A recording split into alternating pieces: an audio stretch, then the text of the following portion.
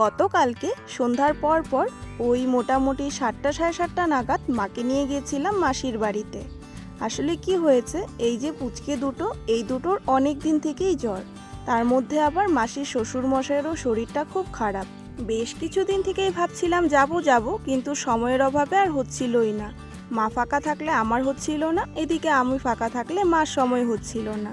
তো কালকে ফাইনালি সন্ধ্যের পর আমরা গিয়েছিলাম, আর যেহেতু একটু দেরি করেই গিয়েছিলাম তো রাত্রে কিন্তু আর আমরা ফিরিনি।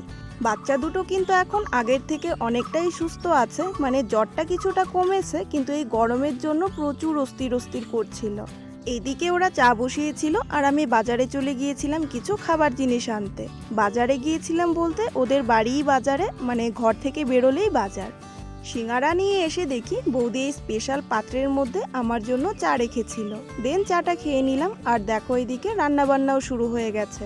বৌদি ওরা তো ওইদিকে রান্না বসিয়েছিল, আর মা আমাকে আরেকবার বাজারে পাঠিয়ে দিয়েছিল। ওই যে বললাম দাদু অসুস্থ ছিল, তো দোকানেই গিয়েছিলাম কিছু ফল আনার জন্য। তো ওখান থেকে আম আঙুর এইসব নিয়ে চলে আসি বাড়িতে।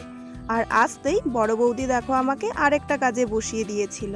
ভাস্তার সম্ভবত পরীক্ষা চলছিল, আর বৌদি ভেবেছিল যে ওর হাতের কাজে একটা স্কুলের ছবি এঁকে সেটাই প্রেজেন্ট করবে।